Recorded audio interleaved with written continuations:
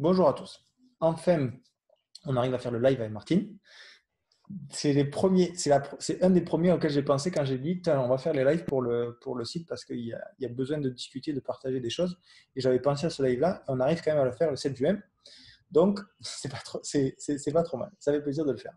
Donc, on va discuter diététique, on va répondre à des questions que vous avez, sûrement, et qui seront utiles, je pense, pour tous les profs qui nous entendront en live ou en replay.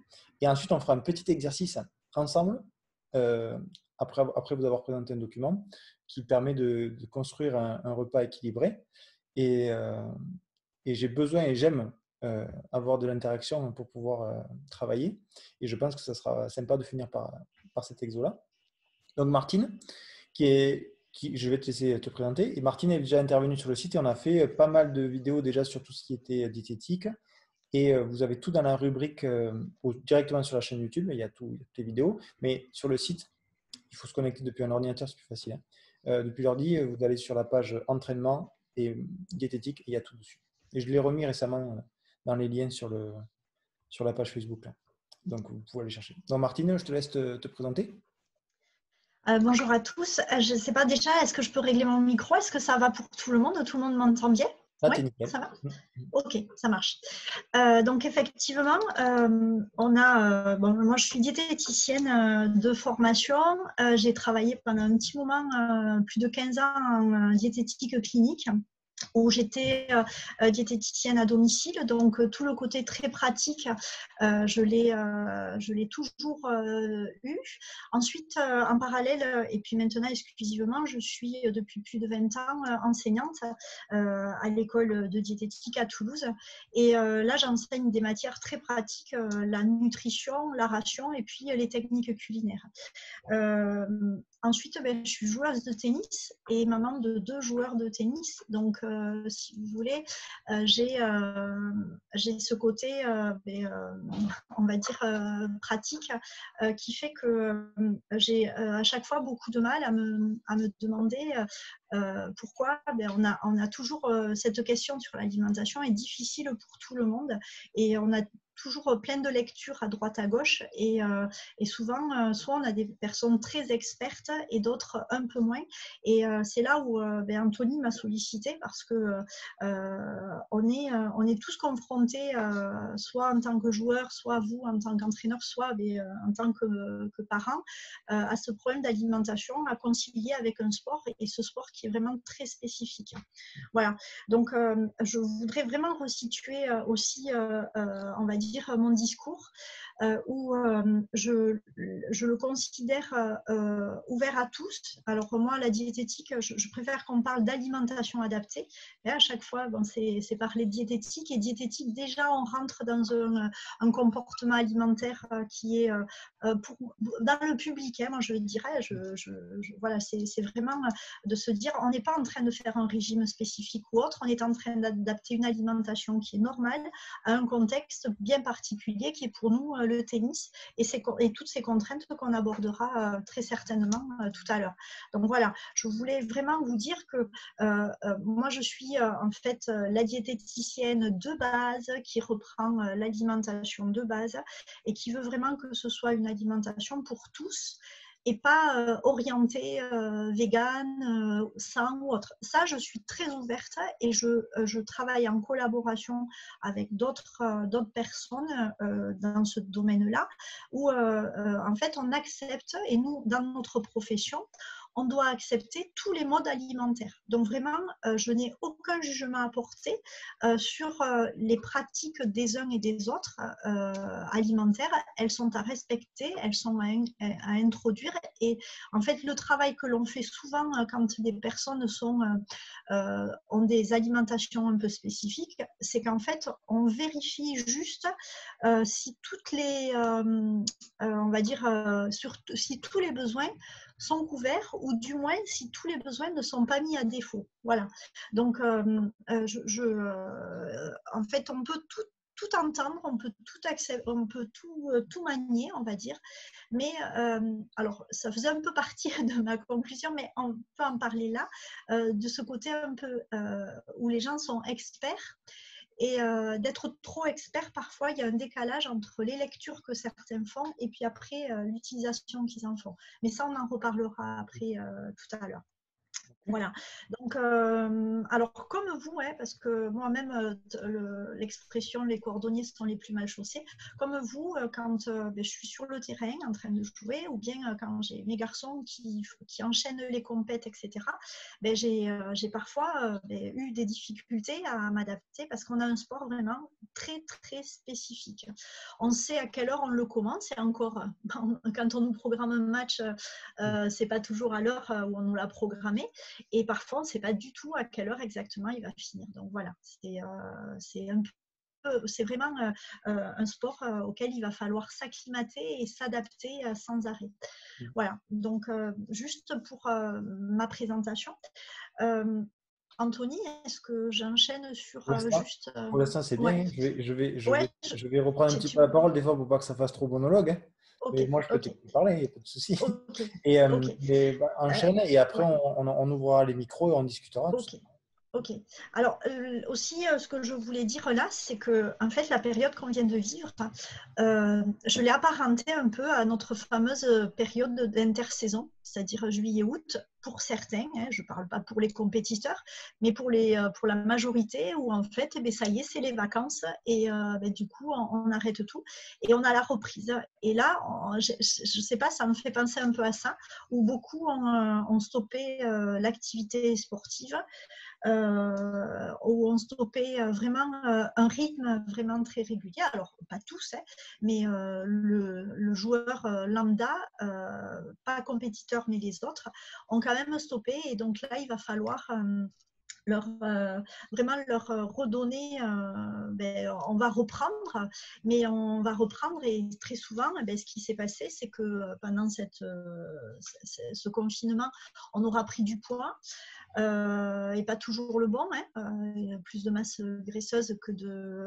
Et du coup, à contrepartie, on a perdu de la masse musculaire, mais qui est normale puisqu'on n'a pas entretenu ces muscles. On a, suivant les personnes, soit mal mangé, où on a mangé ce qui était à dispo, etc. Parce qu'on n'est pas aussi certains n'étaient pas habitués à cuisiner et puis on consommait ce qu'il y avait à disposition. Ou au contraire, ceux qui se sont mis à cuisiner. Donc, on a dit qu'on en parlerait un peu plus tard Moi, je ne sais pas ce dans que vous en l'échange. pensez tout le monde. Ouais. Je ne sais pas ce que vous en pensez tout le monde, mais quand Martine m'a fait prendre conscience de ça, je me suis dit, mais c'est top en fait. Cette période-là, on a eu des enfants qui étaient chez eux avec papa et maman. Et je pense qu'il y en a pas mal qui se sont un petit peu mis à la main à la pâte en termes de cuisine et tout ça. Et je pense qu'on peut profiter de ce moment-là pour dire aux enfants, ouais, ça, regarde ce que tu peux cuisiner, regarde ce que tu peux faire toi, regarde à quel point c'est intéressant de travailler de la nourriture pour voilà, manger. Et, euh, et maintenant, peut-être que derrière, du contenu comme on va faire maintenant, c'est dire à nos élèves et aux parents, dire, OK, il y a ces outils-là qui vous permettent de faire ça, ça, ça, éduquer vos enfants, et même nous, à travers des cours, on peut leur dire, ça peut être bien de manger ça avec ça à tel moment. Ouais, ça, c'est le but. Bon, j'en dis pas plus, mais en tout cas, c'était cette réflexion-là que j'ai eue quand elle m'a dit ça. Je lui ai dit, ben oui, mais au contraire, c'est une opportunité, en fait, je pense, ce moment-là. C'est les parents et les enfants étaient ensemble, donc du coup, ils ont dû cuisiner. D'autres, peut-être pas du tout, mais bon. D'autres, peut-être qu'on fait que passer à McDo et encore, on ne pouvait pas commander en ligne. Et ceux qui étaient à Uber Eats, ils ont dû commander à droite à gauche les trucs. Mais bon. Moi, dans la campagne, je suis pas embêté, il n'y a pas Uber Eats. Bon, alors, je ne sais pas parce que je peux vous parler pendant des heures, mais Ah, je ça, pense que le mieux, c'est plus peut-être vous. ouais. Alors, il y a eu déjà des petits contenus qui ont été faits. Donc, moi, je suis à votre écoute. Et, Donc là, je je vous laisse. rouvre les micros pour tout le monde, ou en tout cas, ceux qui voulaient, vous pouvez ouvrir le micro et poser vos questions en rapport avec la diététique. Et comme elle le dit, Martine, on a pu faire des vidéos ensemble. Ça commence à faire un petit moment, hein. Et dessus, voilà, il y a beaucoup de réponses à pas mal de questions. Et donc, si vous avez besoin de détails ou je sais pas comment on dit, de compléments à ces vidéos-là, ça sera avec plaisir. Est-ce que dans l'audience, il y en a qui ont des questions par rapport à ça, qui se posent des questions en tant que prof, en tant que parent, en tant que joueur? Si oui, dites-moi. que je vois les. Je vous laisse ouvrir le micro si besoin. Sinon, moi, j'ai des idées pour faire avancer. Martine aussi, je pense. Non, c'est juste que, en fait, souvent, il y a des questions que vous vous posez et c'est clair que on commence comme ça et après on trouve parce que moi je ne sais pas trop dans quel sens vous parlez de l'alimentation, donc le mieux c'est qu'à un moment donné on parte de vos questionnements. Et puis, quand vous avez vu passer cet intitulé, vous vous êtes dit, tiens, mais j'y vais parce que j'ai besoin d'avoir des connaissances là-dessus. Donc voilà, moi, je suis vraiment avec vous et en attente. Parce qu'après, on aurait pu prendre un schéma où je reparle de tout ce qu'on a déjà fait. Mais, oui, ça serait dommage, je pense. Il faut aller un peu plus loin. Et par contre, je pense que on a beaucoup de profs autour de la table, entre guillemets, table virtuelle. Et Marie, justement, qui est toujours en train de cuisiner. ouais, Marie, elle mange là. Toi, quand même, tu as un rapport important quand même avec tout ça, quand même. Tu t'y intéresses. Oui, ça m'intéresse énormément. Ouais. Désolée, j'ai la bouche pleine du coup. D'ailleurs, qu'est-ce que tu es en train de préparer? Des énergie balls à la date. Ok. Voilà. Donc justement, cette diététique là, t'en parles quand tu es en cours avec des élèves, que ce soit en prépa physique ou autre? En prépa physique, oui, mais après non, c'est vrai que sur le terrain, je l'aborde pas parce qu'en plus, moi, j'ai pas beaucoup de compétiteurs, sauf des tout petits. Et du coup, non, c'est pas quelque chose que j'aborde. Mais après, moi, personnellement, ça m'intéresse énormément parce que c'est vrai que c'est quelque chose qui est important. Et mais comme tu disais au début, il y a beaucoup de lectures, il y a beaucoup de choses, beaucoup d'informations, mais au final, c'est un peu flou. Enfin, moi, j'ai pas pris le temps on va dire, de me former sur ce versant-là. Et du coup, il y a beaucoup de choses qui sont floues sur, par exemple, compter ses calories, qu'est-ce qu'il faut manger quand, s'il y a des aliments à manger plus tard, à manger plus tôt, avant l'effort, après l'effort. Après, là, de suite, j'ai pas de questions précises, je l'avoue, mais ça peut peut-être donner quelques pistes. Alors là tu as mis une parenthèse, tu as dit j'ai des compétiteurs et autres, mais vraiment, je crois que après, je défends mon métier, mais je pense qu'il ne faut pas faire de distinguo entre les compétiteurs et puis les non-compétiteurs, hein, parce qu'on rentre dans le tennis en fait pour plusieurs raisons, on va dire. Et alors moi, étant avec en équipe avec des filles, je le vois bien, hein, au départ, elles viennent là pour le bien-être, pour entretenir leur poids. Hein. En plus, bon, voilà, on est toutes autour de 50 ans dans mon équipe et donc du coup, c'est le souci esthétique, c'est tout ça qui rentre en compte. Et du coup, c'est vrai qu'on est loin de la compétition, hein. Alors même si on a fait des matchs par équipe, etc., on n'a pas cette rigueur qu'ont les gros compétiteurs où il y a plusieurs entraînements par semaine, où il y a du physique, etc. Mais pour autant, on y rentre pour le bien-être de ce sport. Et donc, du coup, l'alimentation, elle fait aussi partie parce que, du coup, on le voit toutes quand on est en match par équipe, on partage après le repas où on a échangé sur ce qu'on va manger, etc. Et ça revient toujours sur le tapis. C'est comment manger, bien manger, et puis comment garder, on va dire, la ligne pour les femmes. Et c'est un peu en opposition à chaque fois, hein, où en fait, quand on partage ces repas-là, eh bien, c'est pas bien construit, quoi. On le voit bien, il y a saucisson, il y a des choses pâtées, pain, fromage, et alors que juste avant, on vient d'aborder cette problématique de poids de forme, et c'est là où vraiment on a notre mot à dire en tant que moi en tant que professionnelle, mais vous aussi, quoi. C'est pas parce qu'on n'est pas dans la compétition, c'est pas parce qu'on n'est pas dans cette mentalité là où on rentre pas dans les catégories, etc., que finalement l'alimentation, elle doit être mise de côté pour certains joueurs. Et de la même façon pour les tout petits, hein, pour les enfants, hein, on voit bien, les ados, ils vont avoir une alimentation complètement déstructurée.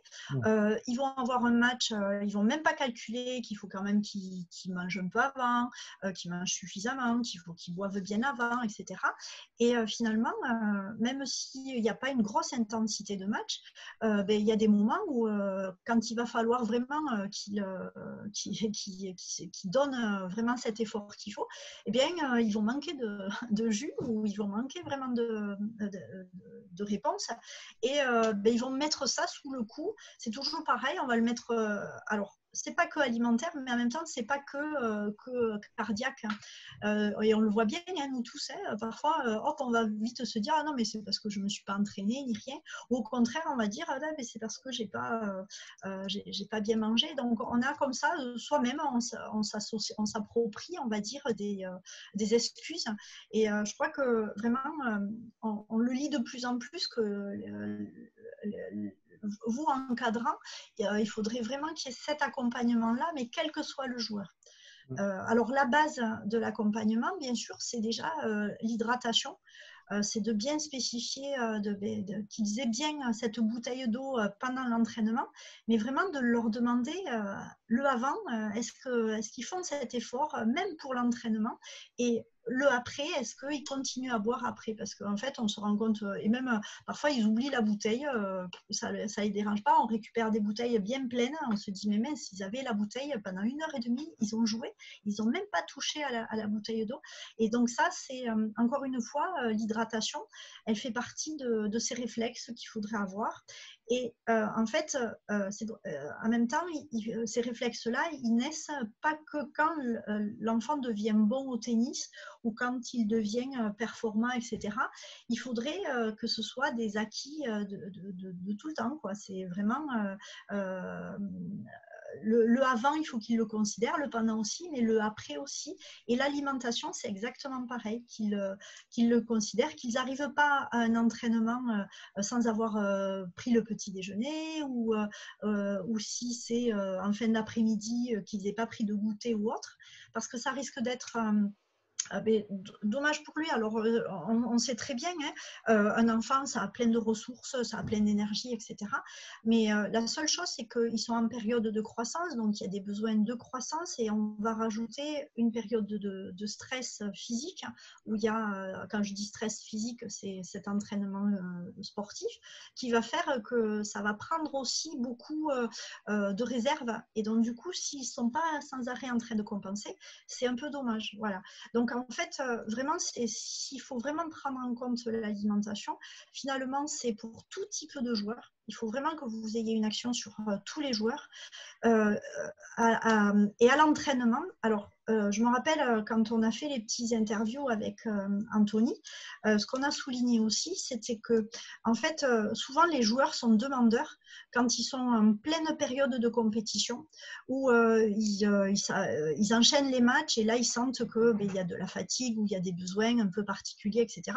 Et là ils se mettent à tenter des choses qu'ils n'avaient jamais tentées avant. Et donc, du coup, la meilleure façon de savoir si une alimentation nous correspond, c'est de le tester en entraînement. Et d'ailleurs, alors pardon, parce que peut-être que je fais partie, je suis un peu à côté, donc vraiment, vous voulez juste... moi, les entraînements, il me semblait qu'ils doivent être plus intenses qu'un match. Alors, bien sûr, un match, on donne tout, on a le stress en plus et tout ça. Mais pendant un entraînement, après, c'est peut-être moi qui dis ça pour moi personnellement, joueuse de tennis, mais il me semble que c'est très intense l'entraînement. Et du coup, alors souvent en plus, nous, on travaille. Donc, finalement, les entraînements, on les a à 18h, 19h, 20h le soir. Et donc, d'arriver comme ça à un entraînement et de ne pas considérer que l'entraînement, c'est encore plus à considérer qu'un match, et de faire attention, qu'est-ce que je vais manger avant l'entraînement pour arriver à l'entraînement comme il faut, est-ce que je prends le soin, j'ai entraînement ce soir, est-ce que j'ai bu tout l'après-midi, et puis est-ce que le soir, quand je vais arriver de l'entraînement, vous le vivez aussi, et quand on arrive, quand on est physiquement fatigué, etc., souvent, soit on ne mange pas, soit on va manger tout ce qui est n'importe quoi qui nous tombe sous la main. Donc, du coup, voilà, c'est plus est-ce que on n'a pas à anticiper aussi le après-entraînement. Et tout ça pour comprendre que finalement, quand on a entraînement, quand l'entraînement est intense, le lendemain et jusqu'à 72 heures, notre muscle est en train de se défaire et se refaire. Donc, il a des besoins qui se prolongent. Donc, du coup, de bien faire comprendre aux personnes qu'en fait, on prépare l'entraînement, donc on s'hydrate et on s'alimente correctement. Bon, il y a l'entraînement où là, on va avoir de l'hydratation et plus ou moins, est-ce qu'on va resucrer ou autre, ça va dépendre vraiment de chaque joueur. Et puis après, le après, où il faut vraiment considérer, surtout si les entraînements sont le soir, où en fait, si on rentre tard, on a la fatigue de toute la journée, la fatigue de l'entraînement, pas la volonté de se faire à manger.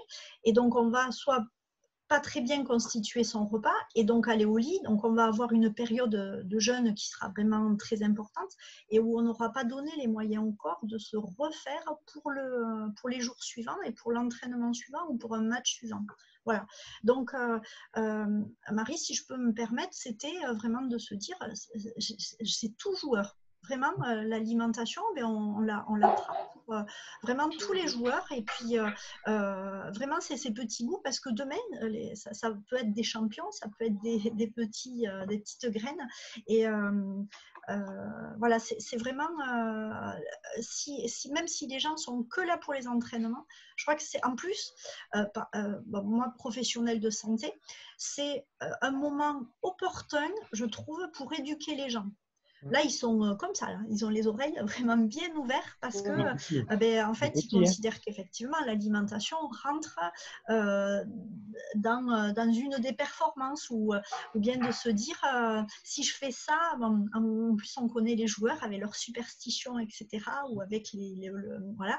Donc, du coup, on est sur comme ça, on accroche, je pense, tout le monde. Alors, pardon, c'est encore une fois, c'est mon point de vue.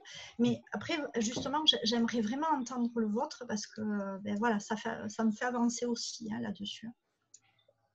Et moi, pour te répondre, du coup, je suis tout à fait d'accord avec ce que tu dis, parce qu'en plus, moi, l'alimentation, je trouve que c'est vraiment très important. Ça devrait être au cœur de beaucoup de démarches. Mais justement, quand on n'est pas professionnel là-dedans, je trouve que c'est difficile de donner les bonnes clés aux gens, des clés faciles à utiliser, précises, mais qui leur soient réellement utiles. Du coup, en fait, c'est un peu, on a peur de se mouiller, de dire les mauvaises choses. Enfin, voilà, c'est un peu mon point de vue. Du coup, c'est pour ça que moi, je ne l'aborde pas. Mais après, c'est vrai que c'est quelque chose que je trouve qui est fondamental. Voilà. Là, c'est intéressant ce que tu dis. Il y a deux choses intéressantes que je relèverai. C'est, Martine, ce que tu dis, je suis complètement d'accord avec ça de toute façon. On est, pour moi, et c'est ce qui me plaît aussi dans le côté enseignement, c'est qu'on est là pour éduquer aussi. Mais on éduque dans tous les sens du terme. On apporte des valeurs quand on donne un cours. On apporte des outils, on apporte un savoir-faire, on apporte une connaissance du sport ou du tennis en général. Et ça peut être aussi dans la diététique. Moi, quand les enfants ils me voient prendre une pomme à 4 heures, je préfère envoyer cette image-là que prendre un Mars alors qu'on est en cours, tu vois. Et rien que ça, c'est un rôle éducatif de voir, oh, le prof, il prend une pomme, il mange sainement, tu vois, c'est quelque chose. Et tu lui dis, ok, là, on fait une pause. Qu'est-ce qu'on fait pendant la pause? Ah, il faut boire. Pourquoi? Parce que le corps en a besoin, parce que là, on est en train de transpirer. Ah ouais, je ne savais pas. Voilà. Et déjà, rien que si on arrive à faire passer ces messages-là, surtout quand ils sont tout petits, on sait que ça va perdurer. Quand ils sont tout petits, c'est les oreilles ouvertes, en veux-tu, en voilà.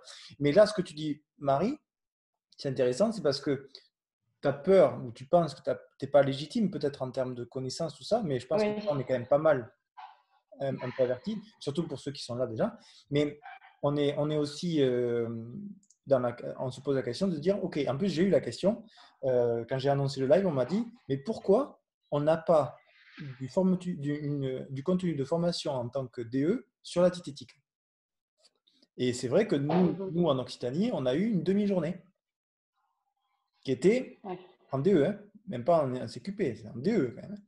Et Erwan, il pourra le dire, on était ensemble au Krebs à Toulouse. C'était un jour, en plus, on était décentralisé, la ligue a été occupée, je ne sais pas quoi. Et on était au Krebs. Et on était avec un mec, un docteur ou je ne sais pas quoi. Oui, c'était un docteur. Il était, mais top ce mec. Tu te rappelles, Erwan? C'est passé à une vitesse l'après-midi. On aurait pu parler avec lui pendant Mais plus d'une semaine. il était d'une richesse, le mec. Et alors, tu vois, il était, en plus, il parlait, et il faudrait que je retrouve le nom. Et il parlait, et il disait, ok, attendez, pardon, j'ai parlé un peu trop compliqué. Il adaptait son discours parce qu'il sortait des mots, on était perdu. Mais par contre, c'était d'une richesse incroyable. Et en fait, on est sorti de là, et en fait, on avait encore plus envie d'apprendre que quand on était rentré. C'était bien comme sensation. Mais par contre, on n'a rien eu après. Donc, c'était très dommageable. Et c'est pour ça que quand j'ai développé le site, je me dis, mais là, il faut quelqu'un qui m'aide là-dessus parce que c'est des choses qu'on doit savoir. Et là, en l'occurrence, Marie remontre que c'est le cas. Elle aimerait aider. En plus, elle aime ça pour elle. Et elle aimerait aider, mais voilà, elle ne se sent pas légitime parce qu'elle n'a pas pu passer ou en tout cas étudier ça un peu plus. Tu vois, si on avait ça en formation, déjà, quelques notions importantes qui correspondent vraiment au tennis, déjà, on pourrait donner des billes à nos enfants, quoi. Et ça aiderait. Mais c'est pas grave, on le fait déjà. On le fait maintenant avec le site. Alors après, Marie, on a prévu, après ces questions, là justement, on a prévu un petit outil où mais déjà de pouvoir soit que les gens l'accrochent ou autre, mais parce que moi je le vois bien depuis plus de 20 ans, de me dire mais c'est pas possible quand même, ça paraît simple de manger équilibré ou autre, et ça l'est pas pour tout le monde, voilà, parce qu'on a tous une culture différente, un rapport différent à l'alimentation, des moyens financiers ou autres différents. Donc, et du coup, c'est assez compliqué pour tout le monde de bien s'alimenter et de faire ce qu'il faut. Donc, c'est là où, en fait, c'est pour ça que tout à l'heure, je vous disais, je veux le tourner très pratique parce que je ne veux pas que vous soyez, parce que, en fait, nous, la formation, c'est 2-3 ans de formation, donc on ne peut pas tout mettre comme ça pour vous sur la table, mais c'est clair que quand il y a des formations qui vous sont proposées en journée ou autre, il faut les saisir parce que ça vous permet aussi de mieux comprendre les aliments, leur devenir, et puis la réponse, quelle réponse faire juste à cet effort physique. Voilà, donc mais déjà, comme je vous disais tout à l'heure, le simple fait déjà d'approcher l'enfant par de l'hydratation, de lui montrer que 70% de notre muscle, il est fait d'eau. Donc, s'il n'y a pas d'eau s'il n'y a pas d'eau dans le corps, le muscle, il ne peut pas faire sa fonction pour laquelle il est sollicité. Pareil, le carburant, c'est le sucre, le carburant du cerveau, c'est le sucre, le carburant des muscles, c'est le sucre. Donc, en fait, il faut lui expliquer ça, mais après, en parallèle, il faut arriver, je crois qu'il y avait des DE qui disaient qu'il faut aussi éduquer les parents, parce que c'est eux qui sont le relais, mais eux aussi, alors c'est pour ça que peut-être qu'il faut solliciter au sein de vos clubs peut-être l'intervention de professionnels, de médecins, de diététiciens ou autres dans vos clubs pour que vraiment il y ait ce partage qui doit y avoir entre un parent et l'enfant et puis le sport. Alors, pardon, je parle d'enfants, mais après, il y a tout le groupe des adultes qui finalement sont demandeurs. Comme je vous le disais tout à l'heure, il y a le groupe des femmes, mais il y a les groupes des hommes aussi qui sont un peu laissés pour compte parce qu'en fait, eux aussi, alors parfois, ne sont pas acteurs chez eux par rapport à l'alimentation. Les troisièmes mi-temps ou les après-matchs, le côté très fair-play, tout ça aussi, on le voit bien. On voit la différence entre les repas de filles en match par équipe et les repas de garçons en match par équipe. Voilà. Donc, il y a tout ça, il y a toute cette éducation. Et en fait, jusqu'à un certain âge, ils n'y prêtent pas du tout attention. Moi, je trouve, je fais par rapport à mon club, mais quand ils avancent dans l'âge, je trouve qu'ils sont plus... ils se posent plus de questions parce que il y a ce poids qui est en train d'augmenter, il y a la performance qui est réduite, il y a la difficulté sur chaque balle, etc. Et ils sentent bien que leur parcours de sportif est en train de changer. Donc, du coup, c'est vraiment vraiment les accompagner là-dessus et presque, je sais pas, peut-être qu'il faudrait imaginer un outil par rapport aussi au repas d'équipe ou autre pour qu'ils puissent au moins montrer, partager un bon moment, mais après en même temps ne pas répondre aux besoins à ce jour-là, quoi. Et c'est pas parce que souvent on me dit ouais non mais c'est bon, ouais, c'est que le non, c'est pas que le dimanche, parce que tout est prétexte, on va dire, pour manger un peu n'importe quoi. Hein. Je ne vise personne, mais voilà, c'est vraiment. Donc après, voilà, c'est des petites habitudes et les gens, quoi. Je le vois moi sur mon club où on me pose des questions, mais alors qu'elles n'existaient pas avant ces questions-là, ils se sentaient pas vraiment concernés. Donc voilà, je crois que vraiment il faut prendre tout le monde en considération.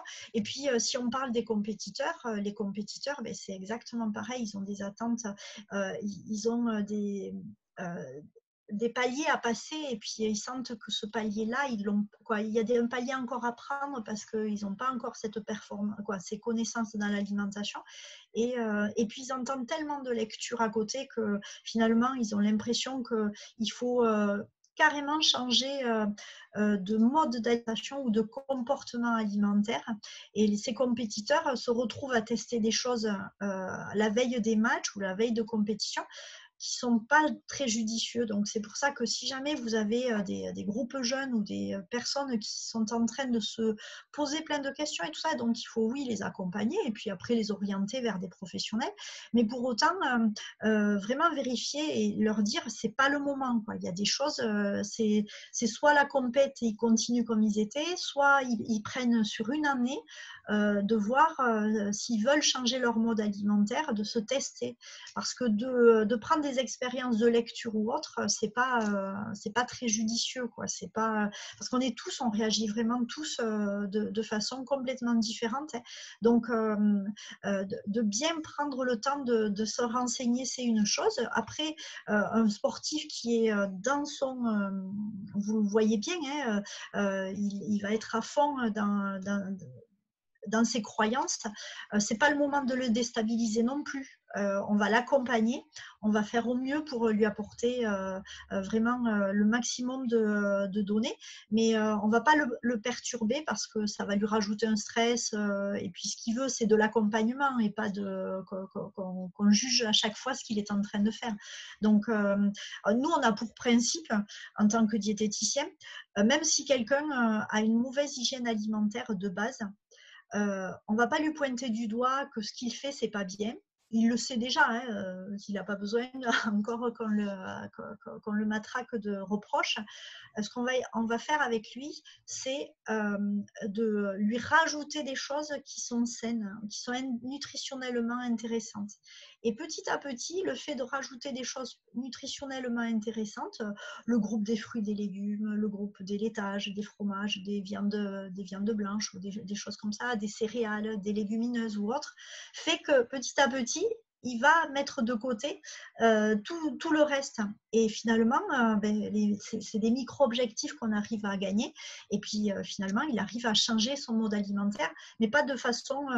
nous, les meilleures réussites, c'est quand la personne est capable d'entendre que ce qu'il est en train de faire, bon, pour le moment, c'est pas très bon, mais pour lui, il sait pas trop, et qu'il accepte d'inclure dans son mode d'alimentation un petit changement à chaque fois. Donc comme ça, on grimpe petit à petit.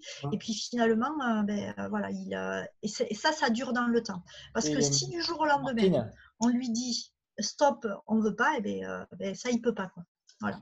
Il y a la deuxième Martine qui a mis dans le chat quelque chose d'intéressant, je trouve. Tu peux nous le dire à l'oral, Martine. Tu peux là. Là, tu m'entends? Oui. Oui.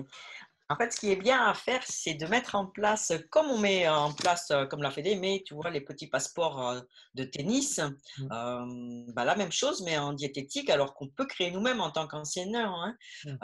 On leur met un fruit, on leur met des images et on leur met différentes périodes. Et tout au long de l'année, ils cochent.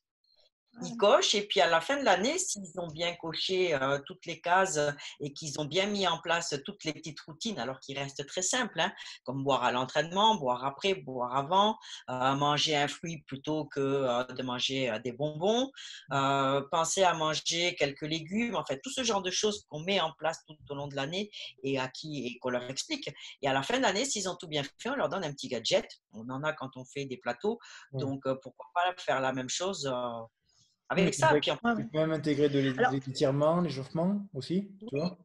tout rentre. Celui qui a un petit peu toutes les cartes peut lui demander pour la prépa physique, des étirements, l'alimentation, etc., etc. Ça peut être sympa à faire. Après, moi, sur une expérience que j'ai sur mon club, c'est quand on a jeu et match, tous les veilles des vacances. Donc, il y a un plateau comme ça, là, avec ça va de tout petit à 11-12 ans. Et du coup, après, il y a le traditionnel goûter. Et, bon, après, voilà, c'est une évolution. Hein. Et en fait, je me suis impliquée là-dedans. Et en fait, les enfants, tout l'après-midi, sentent qu'il y a soit des crêpes qui sont en train d'être faites sur place, des gaufres, des gâteaux, des tartes, des choses comme ça. Et au niveau du goûter, il y a toujours des fruits, il y a toujours des bananes, des fraises, des oranges ou autres. Il n'y a aucun coca. Il n'y a aucune boisson qu'ils ont l'habitude. Et d'ailleurs, ils cherchent, hein, ils nous les cherchent, ils nous les demandaient. Au début, c'était non, en fait, c'est des jus de fruits pressés, des jus frais, des choses comme ça. Et puis, pareil, les bonbons, vraiment, les bonbons pour certaines périodes, notamment Halloween ou autres, ils y sont, mais à la fin du goûter. Donc finalement, on a divisé par 3-4 la quantité de... Parce qu'il y a des plateaux à peu près de... ils sont à peu près 50 à 60... Ouais, ils sont une cinquantaine de gamins à chaque jeu et match. Et du coup, on a diminué, mais rien à voir avec...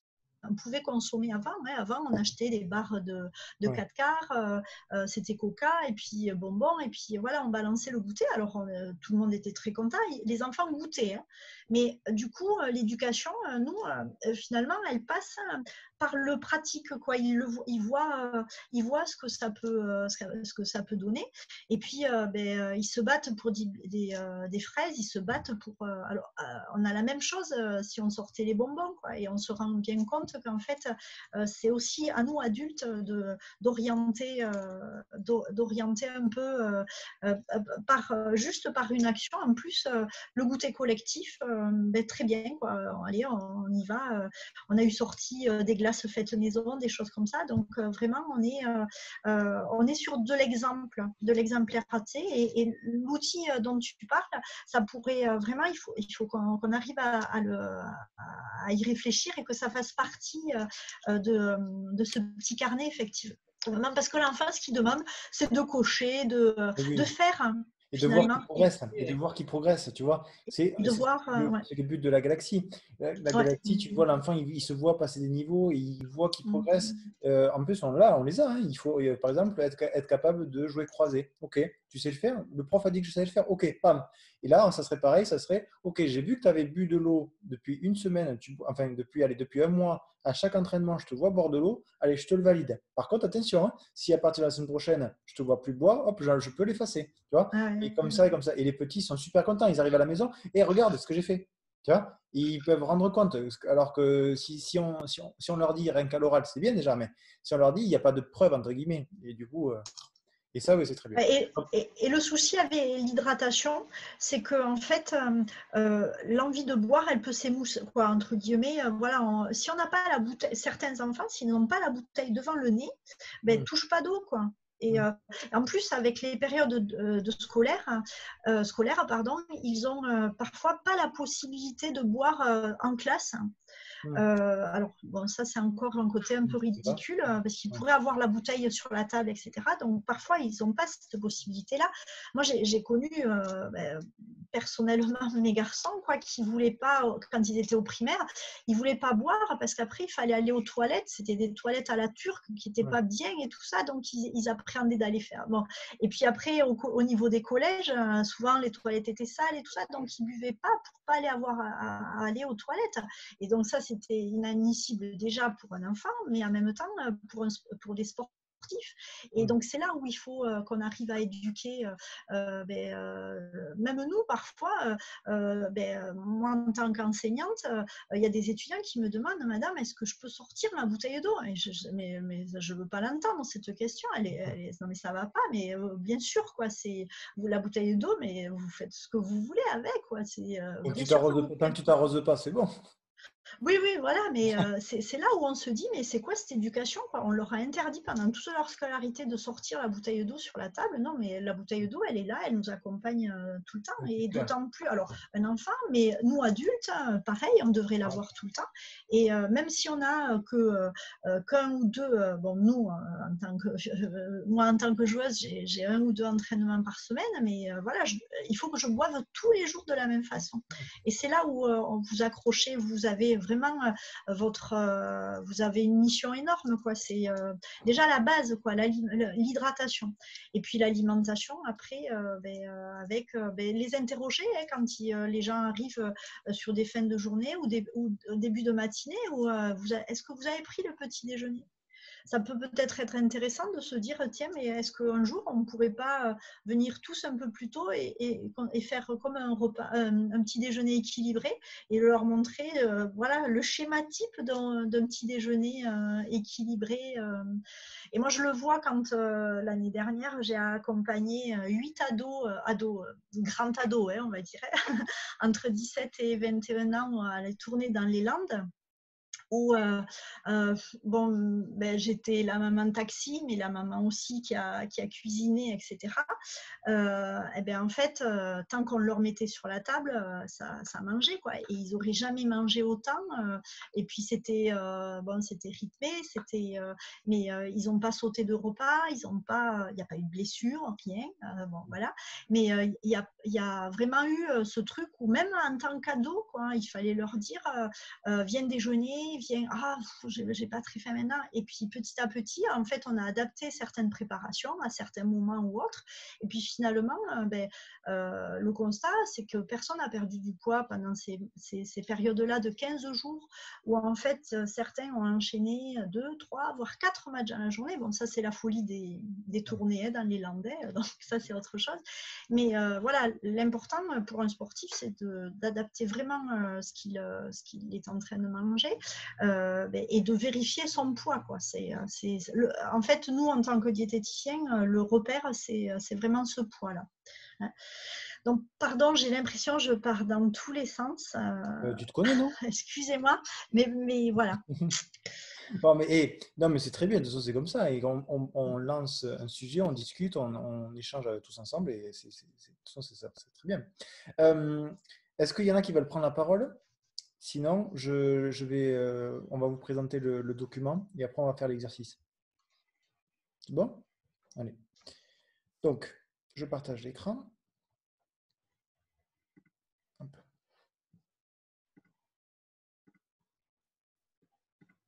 Donc, là, on va vous présenter avec Martine.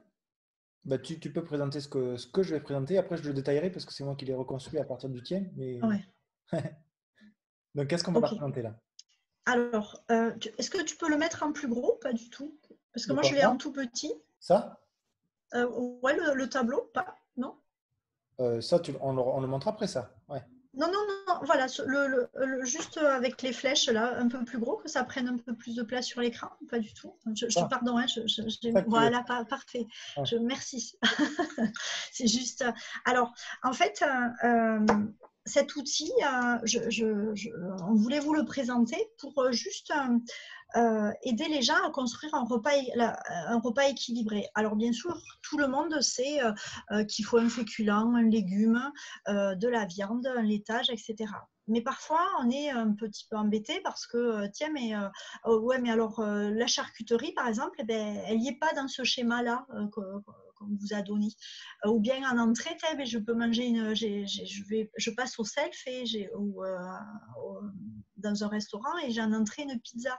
Mais ça ne va pas me suffire. Donc, comment je vais constituer le reste du repas? Alors, c'est juste sur une seule fiche, une unique fiche où on a présenté les composantes d'un repas, donc une entrée, un plat d'accompagnement, et puis 2 desserts, laitage, fromage et dessert. Et alors, vous avez un jeu de flèches, hein. Je ne sais pas si vous arrivez à le comprendre. Je vais l'expliquer. Ouais. Voilà. Et donc, en fait, alors ça n'a rien à voir, les flèches, avec les groupes d'aliments, hein. Pour certains, si vous avez la notion des groupes d'aliments, là, pour le coup, quand vous décidez de prendre, par exemple, on va prendre le premier, si en entrée, vous prenez une crudité, bon, en plat principal, ça va être de la viande, du poisson ou des œufs. Et puis, en plat d'accompagnement, ça va être un féculent. Et puis après, vous aurez le choix soit de prendre un yaourt ou un dessert à base de lait, où on voit que la flèche bleue aussi est sur les fromages. Et puis après, un fruit cuit pour la notion d'équilibre alimentaire en dessert. Donc, je vais refaire avec un autre exemple pour voir si tout le monde est OK. OK. On va prendre la flèche rouge, en fait. Donc, prendre la flèche rouge, ça veut dire qu'on a pris une salade composée. La salade composée, ensuite, on prend le plat principal. Ça, c'est pour tout le monde pareil. C'est viande, poisson, œuf, peu importe la couleur. Et ensuite, du coup, flèche rouge, on prend en plat d'accompagnement, on prend féculents plus légumes cuits ou crus. Ensuite, une fois qu'on a composé ce plat d'accompagnement, on peut partir vers le laitage. Et là, comme vous voyez, il y a 2 flèches rouges. Ça veut dire qu'on peut partir soit sur un yaourt ou un dessert à base de lait, soit un fromage. Et ensuite, en dernier, en dessert, on peut prendre soit un gâteau, soit un fruit cuit, soit un fruit cru. Celui-là, il est tranquille. Le rouge, il est open bar, hein. Au rouge, on peut faire mal le truc, hein. Mais en fait, la notion de salade composée, c'est par exemple si en entrée, on a une salade de pommes de terre, haricots verts, donc, où à la fois on a un peu de féculents et un peu de légumes. Ça fait qu'en plat principal, il faudra reconsommer derrière, puisque l'entrée, parfois, elle n'est pas suffisante. Voilà, de légumes et de féculents. Donc, du coup, et puis, comme il n'y a pas de notion, il n'y a pas de surcharge de gras ni rien, ça peut être aussi un gâteau, un dessert, avec un dessert à base de un fruit ou une compote ou autre. Voilà. Voilà. Donc, du coup, là, ce fichier-là, je vais le laisser à gauche. Et en fait, on va s'en servir. Vous allez vous en servir pour créer les menus qu'on va faire maintenant avec les exercices. Alors, juste par rapport à ce document, ça peut être un document que vous pourriez diffuser pour aider les parents à construire des repas équilibrés. D'ailleurs, je vais le donner. Je vais le donner. Comme vous voyez sur cette partie-là, là, j'ai mis la flèche. Et s'il y en a qui sont un peu familiers avec le site, ce visuel-là, c'est le visuel que je fais tout le temps pour les documents que je mets à disposition, les documents pédagogiques qui sont sur le site, dans la partie le club Meet Tennis. Et dessus, il y a plein de documents, que ce soit pour le terrain, le hors-terrain. Et je rajouterai ça du coup. Donc, vous pourrez le télécharger. Et je le mettrai en lien aussi du replay de ce live. Vous pourrez le télécharger, comme elle dit Martine, pour pouvoir le diffuser et le proposer aux parents pour qu'ils puissent être capables de faire ce que vous allez faire vous tout à l'heure. Bientôt. Alors, en fait, cet outil, il peut être posé sur un frigo ou bien l'avoir sur son portable. Et imaginez, par exemple, quand un adulte ou un ado ou autre est au self et puis qui se disent, voilà, je passe mes choix et donc, aujourd'hui, j'ai envie de manger des crudités. Comment j'équilibre après le reste du repas? Ou voilà, j'ai pris des frites en plat. Comment je vais rééquilibrer le reste du repas? Donc, il y a toutes ces petites notions-là, au moins, elles sont sur un unique schéma. Et il n'y a pas besoin… Du coup, là, pour le coup, on se laisse guider. J'ai ça en entrée, hop, hop, hop, en cascade, qu'est-ce que je peux manger? Voilà. Ouais. Et c'est aussi… on se l'était pensé aussi, j'ouvre mon frigo. dans mon frigo, en ce moment, il y a des concombres qui arrivent, là, j'ai des crudités. Ok, j'en ai trop envie, je vais manger ça. Et puis du coup, le reste du repas, qu'est-ce que je dois manger? Parce que du coup, j'ai trop envie de ce concombre-là. Mais moi, en tant que sportif, il faut absolument que je puisse représenter un repas équilibré. Et du coup, je vais pouvoir visualiser ce que je peux manger pour le reste du repas. Alors, pardon, cet outil aussi, il a été construit avec une entrée, viande, poisson, œuf, un accompagnement, un premier dessert et un deuxième dessert, donc avec 5 composantes. Mais on peut très bien imaginer que vous vous disiez, non mais moi, les entrées, j'en fais pas. Je mets tous mes légumes ou je mets tous mes salades composées, par exemple, c'est mon plat d'accompagnement. Donc, en fait, c'est pas grave, quoi. Vous prenez ce bloc et vous le mettez en plat d'accompagnement. Hein. C'est vraiment dans les notions qu'on a avancées dans les autres vidéos, c'était que à chaque repas, il y ait des féculents. Pour un sportif, à chaque repas, il faut qu'il y ait des légumes, il faut qu'il y ait une source de protéines et après, des desserts, etc. Parce que chaque aliment, il y a des apports vraiment différents et complémentaires et surtout indispensables pour le sportif. Donc, voilà, il y a beaucoup de sportifs qui mangent sacrément au repas. Donc, le plat d'accompagnement qui font une belle plâtrée, qui mangent vraiment une bonne quantité et qui finalement, après, ne consomment pas les laitages et pas le deuxième dessert. Alors, on va dire, oui, mais en calories, peut-être qu'il arrive pareil.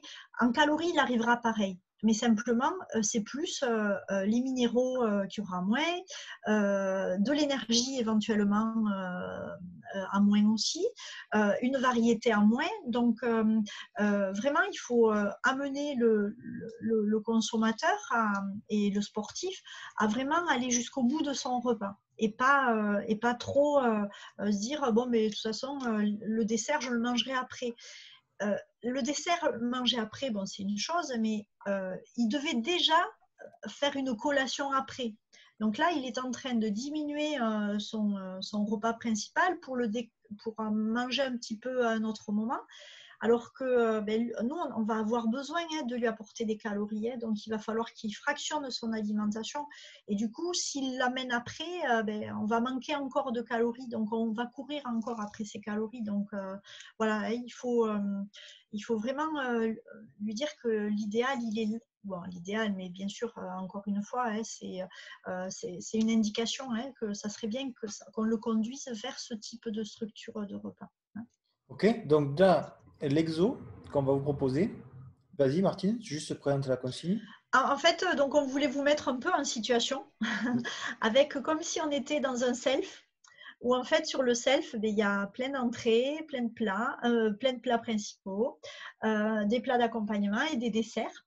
Et donc, ce qu'on voulait vous proposer, c'est que vous constituiez là, chacun chez vous, un repas de déjeuner et un repas de dîner avec ce choix-là, en vous servant un peu de l'outil si vous voulez, ou sinon, d'entrée, vous prenez comme si vous étiez néophyte là, et vous choisissez, vous êtes au restaurant, hop, vous prenez la carte et vous choisissez ça. Et puis après, là, on vous laisse juste 2-3 minutes, vous constituez le repas. Et puis, si quelqu'un se sent volontaire, Anthony, à l'écran, va noter ce que vous avez choisi et puis on discute sur ce repas. Ok, ça vous va? On vous laisse 2-3 minutes là. Vous prenez un crayon papier ou vous l'écrivez sur le téléphone comme vous voulez. Hein. Je laisse du coup les infos à l'écran et après on prendra le temps de détailler le menu de chacun et on discutera autour de ça. Marie, tu es avec nous? On nous entend. Et Marie, elle est loin l'ordi. Je viens de finir. D'accord. Est-ce que tu veux bien jouer le jeu de constituer un menu? Oui, bien sûr. Allez, merci.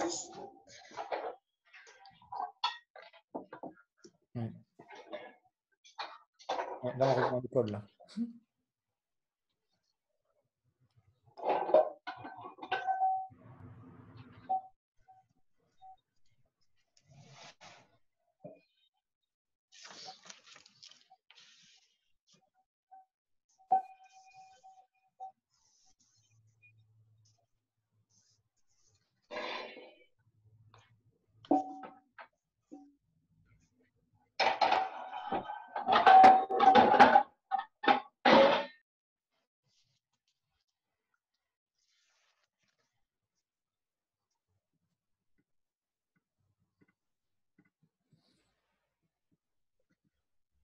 Ok. Cédric doit nous quitter. Donc, Cédric, à très vite, hein. À bientôt, hein. On se voit dans la semaine pour les vidéos qui vont sortir. Et pendant que vous composez, on va faire, je vois, mais on y répondra. Anto, donc Anthony s'appelle. Bon, c'est logique. Il a posé une question. Le laitage est conseillé pour l'interrogation. J'entends que c'est remis en cause. Et c'est vrai. Hein. On va je pense qu'on Attends, répond à tes questions après. pendant qu'on va en parler, pendant qu'on va parler des laitages, justement. Oui, oui, mais en fait, c'est des questions qui reviennent souvent. Parfait.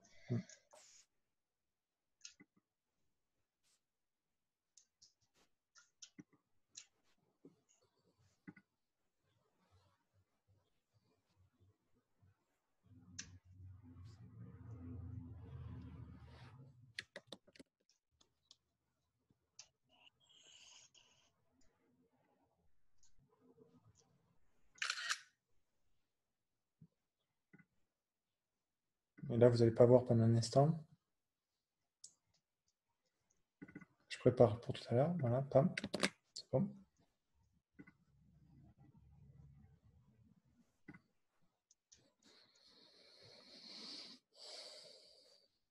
Dites-nous quand C'est vous pas avez très fait net. votre petite ratatouille. Hein? C'est pas très net là, Anthony. C'est vrai? Ah voilà, c'est mieux. Ah. Ah, il y a un petit bout qui est resté.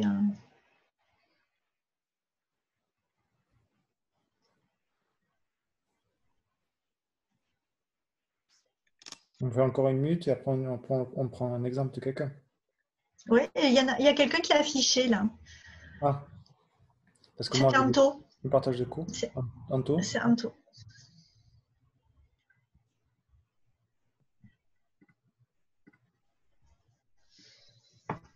Ah, c'est bien ça. Ah oui, écrit comme ça, c'est bien ça aussi. Au moins, vous n'avez pas besoin d'embêter. Hein.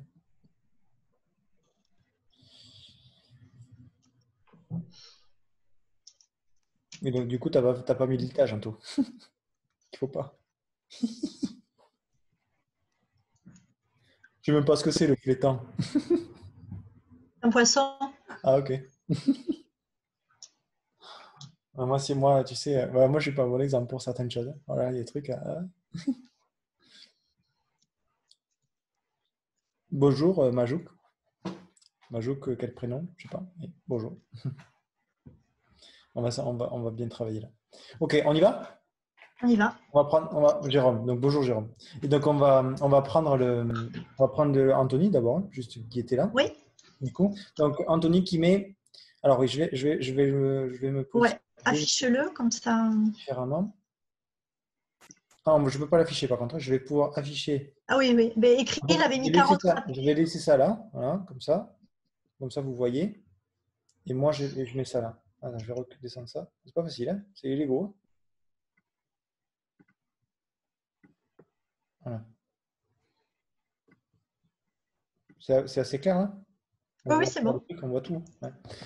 Il n'y a juste pas ça, quoi. Et ça, je peux le décaler comme ça. Et là, c'est pas trop mal. Ouais, ouais, non, mais c'est bon, c'est bon. On va le comprendre. Allez, ok. Donc, Ouais. midi. Donc, on va mettre. Il y avait Donc, réponse 1. Donc, il avait dit. Tu me le dictes, s'il te plaît? carotte râpée, Carotte. poisson, filet de flétan, haricots verts et compote. Donc, carotte. Filet. Temps. Recouvert.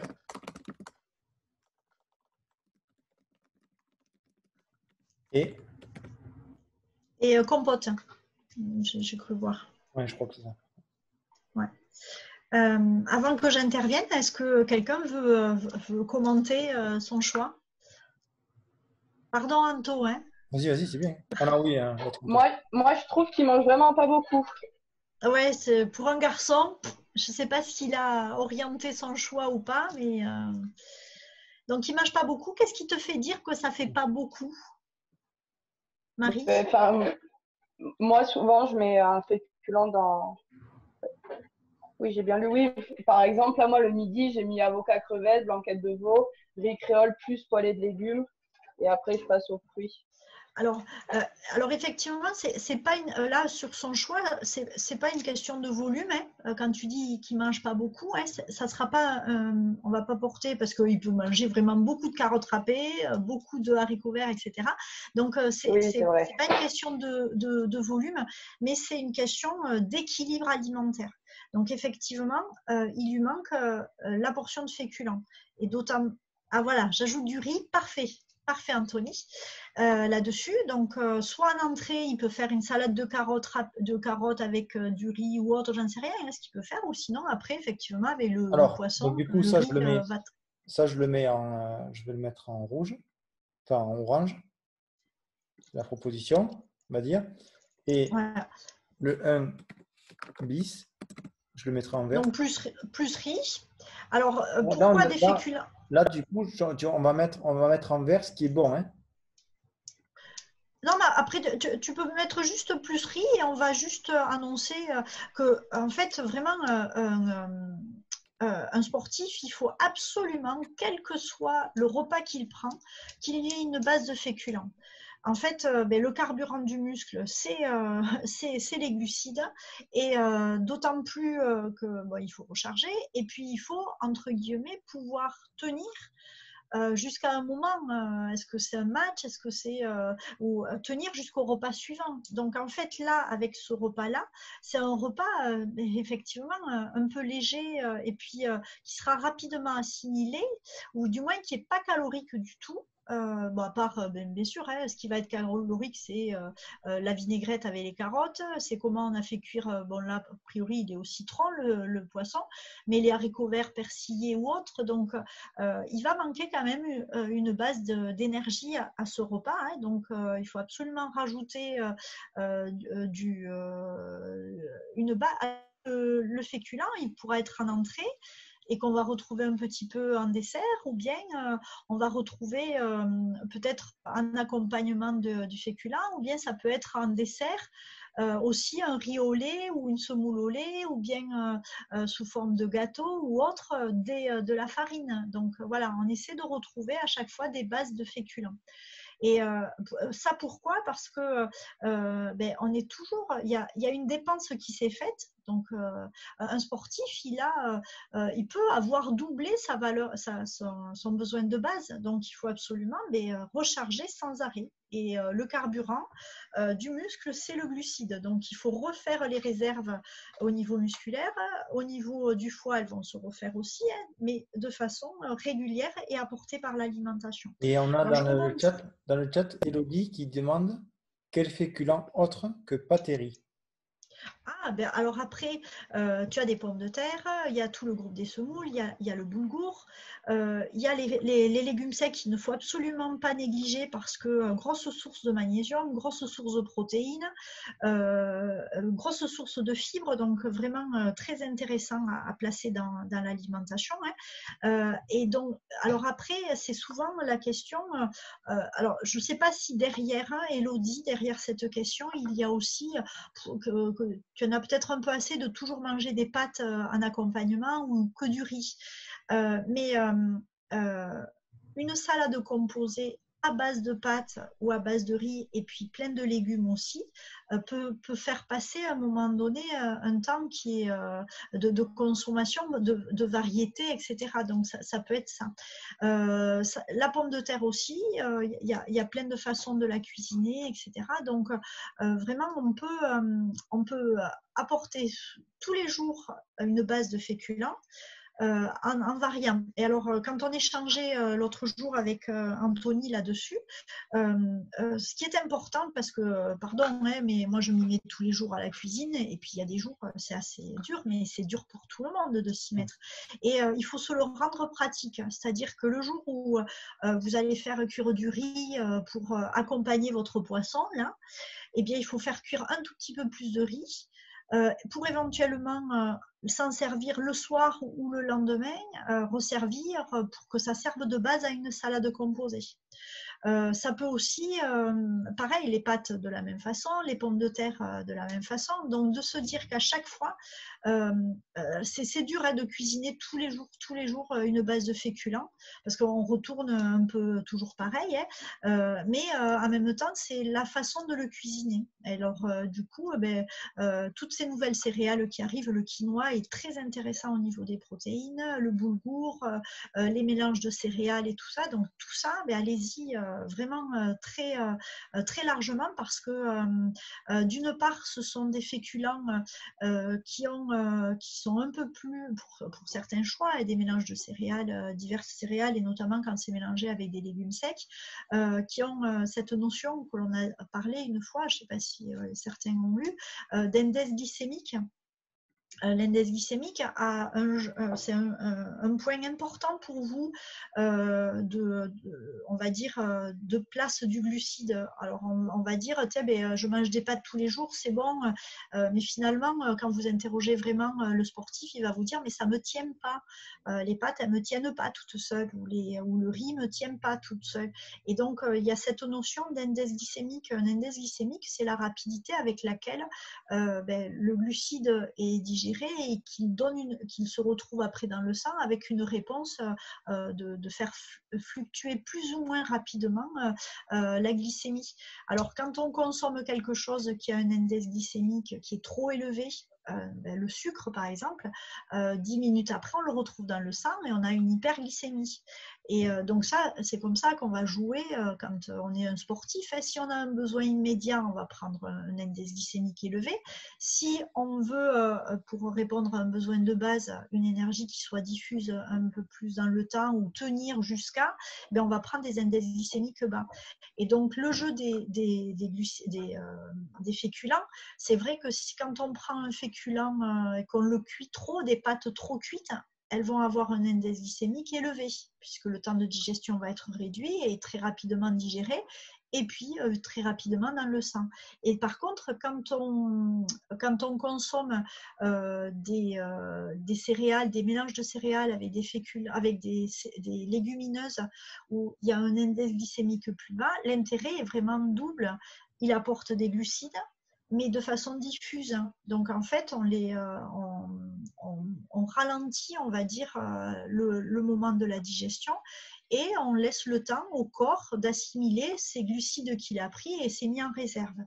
En tout cas, si c'est trop rapidement mis dans le sang et qu'on ne l'utilise pas, le corps, lui, il va mettre en réserve. Et souvent, quand il met en réserve ces glucides, il les transforme en graisse. Et c'est pas Martine, le but. justement, dans le chat, il y a une question de Sylvain qui dit, il y a deux questions même. Faut-il éviter les glucides le soir quand on mange tard après les cours? Et non, justement, parce que Non, en fait, il faut recharger. Le muscle en a besoin pour se recharger. Ouais. Voilà, il faut absolument. Alors, n'ayez pas cette notion où les féculents, c'est calorique, etc. C'est de l'énergie. Par contre, ce qui est calorique, oui, c'est le beurre, c'est tout le ketchup, tout ce qu'on va rajouter, mayo ou autre, qu'on va rajouter à côté. D'accord ? Après, une quantité normale de beurre, une quantité d'huile d'olive dessus, etc. Il n'y a aucun souci. Donc, oui, en fait, alors.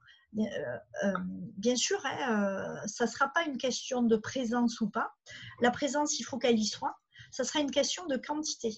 Effectivement, si dans la journée a été très paisible, ou vraiment vous n'avez pas fait de match, pas d'entraînement, je ne sais rien, une journée un peu où vous n'avez pas fait grand-chose, on va quand même mettre une petite présence de féculents.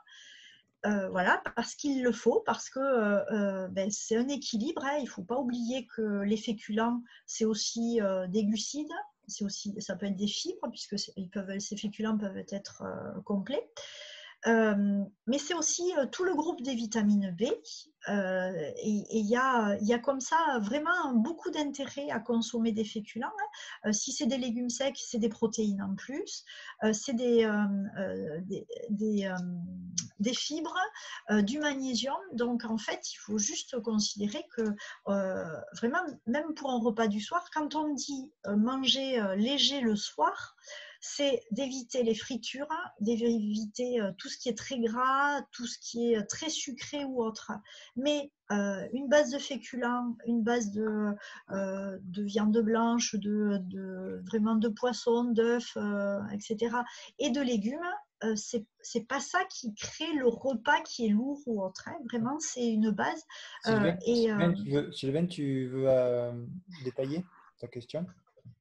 Oui, je disais, enfin, je m'intéresse un petit peu aussi à la nutrition et apparemment, il faut manger à peu près environ 4 grammes de glucides par poids de corps. Est-ce que c'est à peu près ce qu'il faut viser Alors, toi, tu as cette notion-là. Ben, nous, on a la notion où en fait, tu dois apporter à peu près 50% de l'énergie que tu dois consommer sous forme de glucides. Donc, bon, alors déjà, le truc, c'est que on va dire que le 4 grammes peut représenter La majorité des personnes. Ça peut être ça, mais attention parce que le 4 grammes, si tu pèses 100 kilos, tu es à 400 grammes. Hein. Donc, est-ce que vraiment tu as besoin des 400 grammes? Oui. Donc, les grammages comme ça, c'est quand on a un repère de poids, entre guillemets, de forme idéale. Donc, sur une ration normale, par exemple, à 2500, on est aux alentours de 360 grammes de glucides. Pour quand tu fais pas du tout de sport, quand tu as une activité, on va dire, voilà, aujourd'hui vous allez travailler en tant que DE, il y a une activité.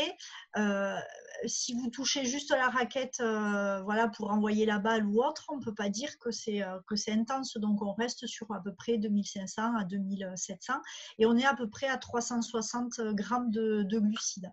Donc oui, je vais dire que les fameux 4 grammes sont valables si le poids de la personne rentre dans que la personne n'ait pas un excès de poids, qui est pas comme ça voilà, un excès, hein, en fait, hein. Donc voilà, je veux juste ramener à une valeur qu'il faut bien interpréter. Mais c'est ça, hein, en fait. Hein. Si tu pèses 80 kg x 4, on est à 360, donc on est bon là, hein, on est très bon. Hein. Okay. Je pense que c'est sur la moyenne. Tu vois. Et du coup, il ne faut pas qu'on se perde sur l'exercice quand même. Non, mais c'est très intéressant. Et puis, alors, juste parce que c'est Anthony qui avait proposé ce menu et qui l'a posé aussi la question des laitages. Oui. C'est ça, Anthony? Oui, c'est ça. Ouais. Alors, c'est clair que les laitages sont remis en cause par un certain nombre de professionnels. Alors, bien sûr, j'entends hein, tout ce qui peut être associé, etc. Nous, on a encore quand même, on va dire, la profession de diététicien et des nutritionnistes, on est encore sous les directives, on va dire, nationales, qui sont censées être indépendantes, etc. Donc voilà, on est encore là-dessus. Les laitages, si vous voulez, c'est une source importante de calcium et de protéines. Chose qu'on a vraiment par rapport aux sportifs, on a absolument besoin de protéines et de calcium. Alors les protéines pour la constitution des muscles, pour la régénération des muscles, etc. Et puis le calcium pour la contraction musculaire, entre autres. Et puis pour la solidité des os, etc. Bon, ça, voilà, on est là-dessus, mais spécifiquement pour le sportif. Ce qu'il y a, c'est que s'il n'y a pas de laitage, l'apport en protéines, on ne sait pas trop. En principe, quand on a une alimentation normale, les produits laitiers couvrent 30% de l'apport en protéines. Alors, si on arrive très bien à compenser par autre chose, à savoir la viande, mais alors là, on est encore une fois, on est en train de vouloir chercher à faire réduire la consommation de viande chez les personnes parce que vraiment on en mange trop. Hein. Chez les sportifs, ça se voit, mais pas trop. Mais de façon générale, on essaie de réduire un peu aussi ces portions de viande. Et puis, au niveau du calcium, on n'a pas, en fait, un produit laitier, il faudrait en équivalence manger 500 grammes de choux, de fruits ou autres pour compenser le manque de produits laitiers et cet apport en calcium. Donc, on pourrait supprimer les produits laitiers si vraiment on compense bien à côté. Et on se rend compte que ça ferait de gros volumes de consommation d'autres groupes d'aliments. Et donc aujourd'hui, voilà, on a un peu de mal à supprimer ce groupe-là. Alors, les nouvelles recommandations ont été réduites. Avant, je ne sais pas si vous vous rappelez, c'était 5 produits laitiers, après, bon, c'est passé à 4, puis après, c'était 3. Et vraiment, maintenant, chaque portion sont très réduites de produits laitiers. Donc, on se rend compte qu'on arrive à couvrir le besoin, mais pour autant, ça reste une base. Et un peu comme je disais en début de séance, c'est que, en fait, il faut essayer de ne pas supprimer d'aliments aux gens, en fait, vraiment parce que les produits laitiers sont une source de protéines qui ne sont pas chères, facilement accessible, pratiquement disponible à la consommation directe, où il n'y a pas de préparation, où il n'y a rien. Donc, c'est quand même un groupe d'aliments qui est intéressant pour le sportif et pas cher, en fait, comparé au prix de la viande, au prix, voilà. Et puis, ça reste de la variété alimentaire aussi. Et on s'aperçoit que plus on réduit le choix d'aliments, plus après les gens font après un peu n'importe quoi et craque, quoi. Et du coup, après, il y a un trouble du comportement qui peut arriver. Donc, vraiment, il faut essayer de conserver ces groupes avec la notion de ne pas manger de trop aussi. Bon, après, il y a des pathologies qui se sont retrouvées associées ou autres, mais c'est un peu comme le sans gluten. Ça touche 1% de la population, ça touche véridiquement, on va dire. Voilà. Alors après, je l'ai bien dit au départ, c'est que certaines personnes l'ont enlevé, ont enlevé par exemple les produits laitiers de leur consommation, ont peut-être complémenté de façon médicamenteuse le calcium au niveau de l'eau, etc. Donc ça a marché. Donc c'est très bien, ils se sentent mieux, etc. Moi, je ne vais pas dire à la personne, mais non, on nous a dit qu'il fallait prendre des produits laitiers, etc. Non, c'est très bien. La personne, elle a su être accompagnée, elle a su supprimer cet aliment et donc pour elle, ça se passe bien. Mais pour autant, moi je le vois dans mon groupe, on va dire, d'étudiantes qui ont une vingtaine d'années, qui arrivent avec plein de connaissances, plein de théories. Elles viennent en études, mais elles sont déjà bien expertes là-dessus. Et bien, au cours des 2 années, j'ai eu des anémies, des anémies vraiment très profondes parce qu'elles avaient supprimé le groupe viande, parce qu'elles avaient supprimé le groupe des produits laitiers, parce qu'il y avait un certain nombre de choses. Et du coup, même expertes, expertes, pas en formation, on va dire, ça a été difficile pour elle d'assumer ses choix d'habitude, de comportement alimentaire. Donc, moi, je mets toujours l'alerte, attention, le tennisman, en plus d'être un sujet normal, comme nous, on a l'habitude, il y a le sport qui vient de se rajouter là-dessus et des besoins de sportifs qui sont vraiment augmentés. Donc, déjà que c'est difficile pour un adulte normal de faire des changements de produits laitiers avec autre chose. Donc, si en plus on le supprime, voilà.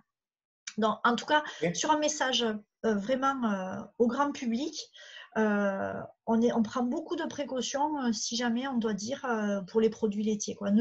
Après, voilà, je ne suis pas derrière vous, mais ne dites pas non, il faut arrêter de consommer des produits laitiers, etc., comme on peut lire sur certaines lectures. Donc, ou consommer tous vos produits sans laitiers et augmenter les œufs, par exemple.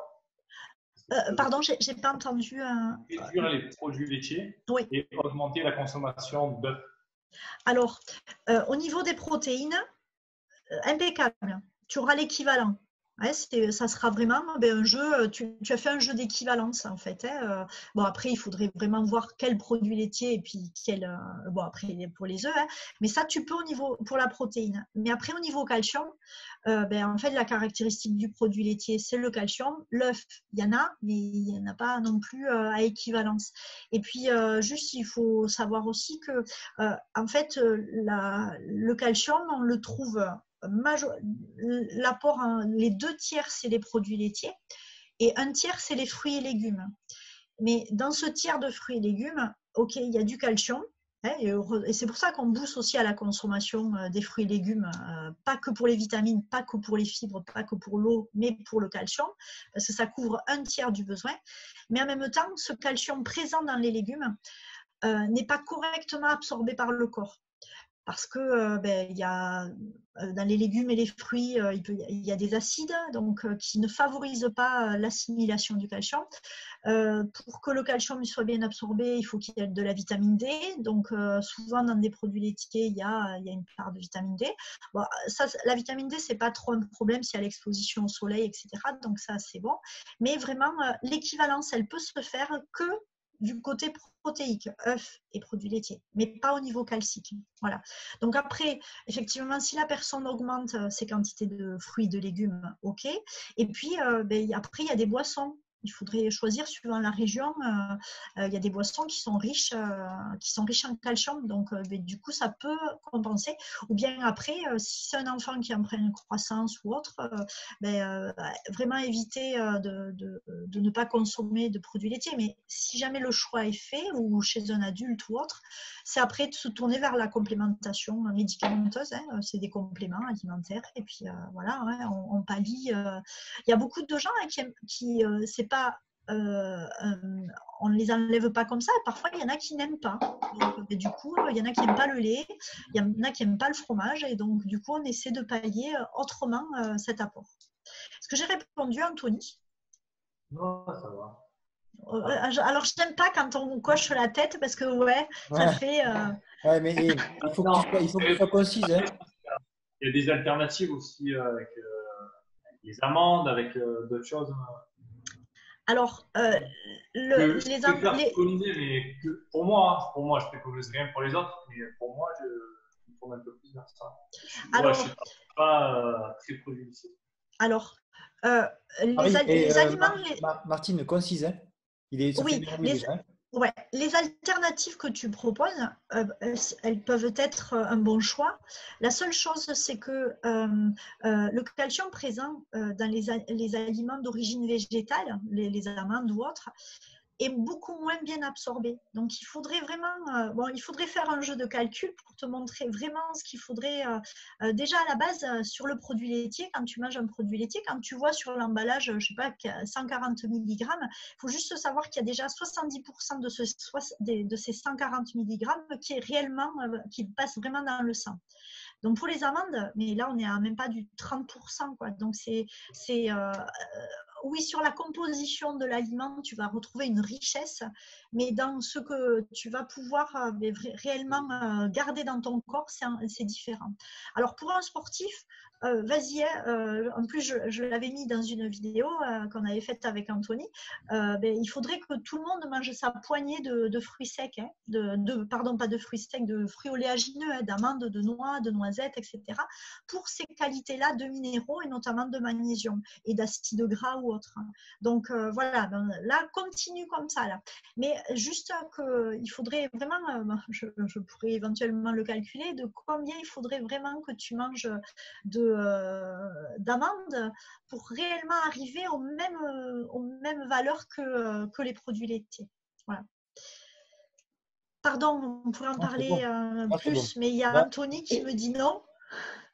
Je peux faire une petite remarque sur le calcium. Après, oui. Marie va prendre la parole aussi. Vas-y, Marie. Moi, c'est juste… ça me trouble un peu ce que tu dis, parce que justement, ces dernières années, c'est de plus en plus mis en avant le fait que le calcium d'origine animale, on l'assimile moins bien que le calcium d'origine végétale. Il y a beaucoup de campagnes véganes, etc., qui reposent sur ça, et du coup, qui mettent en avant le fait qu'il vaut mieux manger des… Après, comme tu disais tout à l'heure, le calcium, du coup, quand il est d'origine végétale, il faut qu'il soit assimilé avec d'autres aliments. Il faut qu'il soit mangé avec d'autres aliments pour être mieux assimilé. Mais moi, en tout cas, les dernières choses que j'ai vues, c'est que le calcium d'origine animale, il n'était pas si bénéfique que ça pour l'homme. Alors, c'est un peu, on va dire, le problème de ces vulgarisations. Tu vas mettre en avant que finalement, c'est pas si bien. Je te dis, c'est 70%, hein, donc c'est nul hein, au niveau du calcium. Hein, je sais pas moi, on a mangé 25 grammes et tout ça n'est pas tout absorbé. Donc effectivement, on va pointer. Mais ça, c'est quelque chose que c'est pas nouveau. Hein. Là, les véganes, les études faites là-dessus mettent en avant ça, mais ça, on le sait depuis toujours que c'est pas très bien absorbé. Mais le truc, c'est c'est un peu un jeu de comment dire, c'est un peu, ça me rappelle un peu la pub de Choupa Choup là. Je sais pas si vous vous rappelez, hein, Choupa Choup qui est une sucette qu'on prend avec un bâtonnet et qui met en avant 0% de matière grasse. Mais 0% de matière grasse, ça veut dire que derrière, ça cache 100% de sucre. Mais que l'annonceur dise 0% de matière grasse, il ne ment pas, il n'est pas en train de mentir. Et les articles qui sont faits sur les différences, etc., de comportement alimentaire, et bon, notamment tout ce qui est végétarien, végétalien, etc., font qu'en fait, ils mettent en avant quelque chose, mais en même temps, voilà, les bases, elles y sont. Hein, c'est pas nouveau. Hein, quand tu dis les nouvelles recommandations, non, ça a toujours été. Hein, c'est des choses que l'on sait très largement. Et en fait, bon, nous, on appelle ça le coefficient d'utilisation digestive. De ça a toujours été. Quoi. On n'a pas changé ces valeurs-là. Et ça a toujours été un peu plus pour les produits d'origine animale, pour ça en tout cas. Hein, et par rapport aux produits végétaux. Donc, mais en même temps, j'accompagne vraiment le fait que si vous supprimez les produits laitiers pour X raisons, eh bien, si on arrive à remplacer par autre, c'est très bien. La seule chose, c'est que souvent, quand on voit, je ne sais pas, Anthony, tu as vu le prix des amandes au kilo? Ça coûte combien? Hein, Anthony? Comment? L'autre Anthony. 22 €. 22 € le kilo. Ouais, 22 € le kilo d'amandes. Comment, Anthony? Moins, tu dis? C'est cher, ouais, c'est cher. C'est super cher.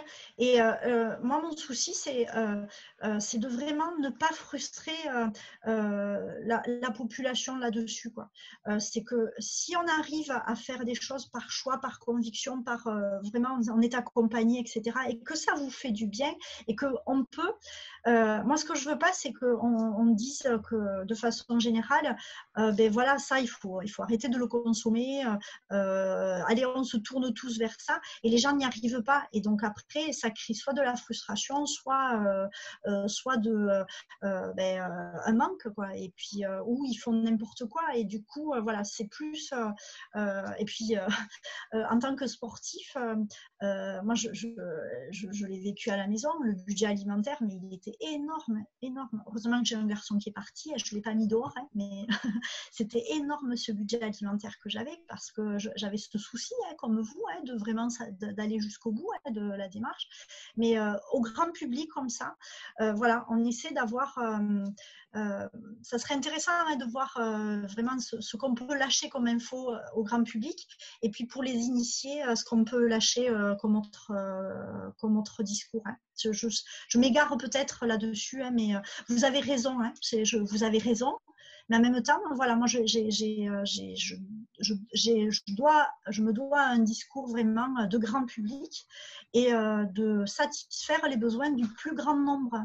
Hein. Voilà, c'est un peu mon cheval de bataille. Comment? Ton cheval de bataille. Ouais, et puis mon rôle de professionnel de santé publique, en fait. Hein, donc, voilà. Donc, après, si vous allez piocher des éléments, mais allez toujours plus loin. Et vraiment, ce que j'aimerais, c'est ces réflexes-là. C'est-à-dire que vous avez lu des lectures. Déjà, il faut voir les sources et tout ça, parce que, voilà, nous, on en balance pas, quoi, on en voit beaucoup aussi. Hein, mais, et de la faire confirmer, cette source. Donc, je ne sais pas, vous prenez autour de vous, quoi. J'en sais rien. Après, Anthony peut être en relais ou autre là-dessus, hein, mais vraiment aller jusqu'au bout et essayer de demander à des professionnels, des médecins, nutritionnistes, des diététiciens, etc., qui vous aident à accompagner ces lectures. Parce que voilà, c'est ce que je disais tout à l'heure, c'est d'éviter ces erreurs qu'on peut, parce qu'on lit beaucoup de choses. Hein. Moi, la première, quoi, il y a des choses, je me dis, mais c'est pas possible, ça remet en cause toutes mes bases ou autres. Et puis finalement, non, les bases, elles sont là. Et puis la médecine avance, la recherche avance, tout avance. Hein. C'est un secteur, mais qui est sans arrêt en train d'évoluer, mais sans arrêt. Et donc, du coup, pour finir là, j'aimerais bien qu'on reprenne encore 2-3 exemples là pour que ça puisse garnir un peu ce document. Qu'on ait des exemples. Ouais. Donc, qu'est-ce que vous aviez composé? Marie, qu'est-ce que tu avais fait toi du coup? Et après, je vais faire parler Sandrine. Attends, sur mon téléphone, ça a été en milieu. Sandrine, c'est nickel. Hein, je viens de voir, c'est nickel, Sandrine. Ah, mais vas-y, je ne le vois pas moi. Je le vois pas. Attends, je vais le faire. Ah, mais c'était un chat là. Alors, elle avait Sandrine, mis taboulé. Donc, taboulé.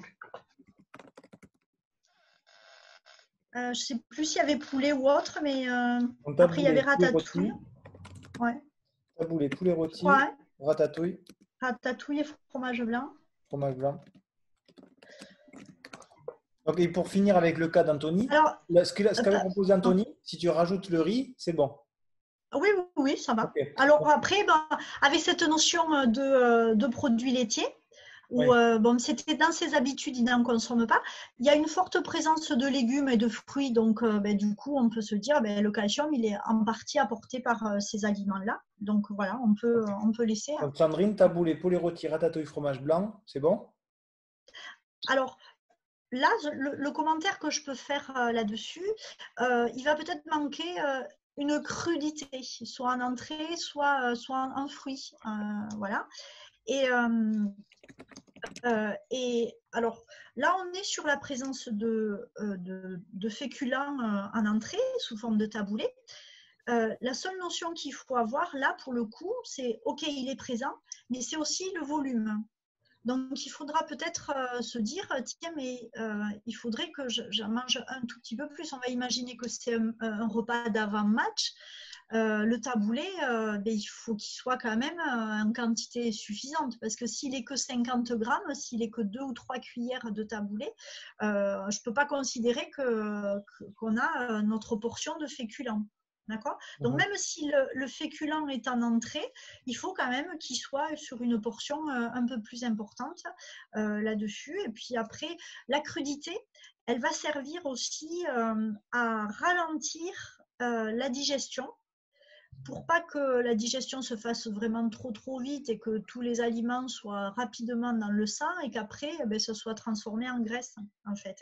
Donc, voilà, le fait de mélanger un féculent avec des légumes crus ou des fruits crus diminue, on va dire, la notion d'index glycémique de l'aliment. Ok. Marie, qu'est-ce que tu avais donc du coup? Tu as retrouvé? Attends, je ne sais pas là.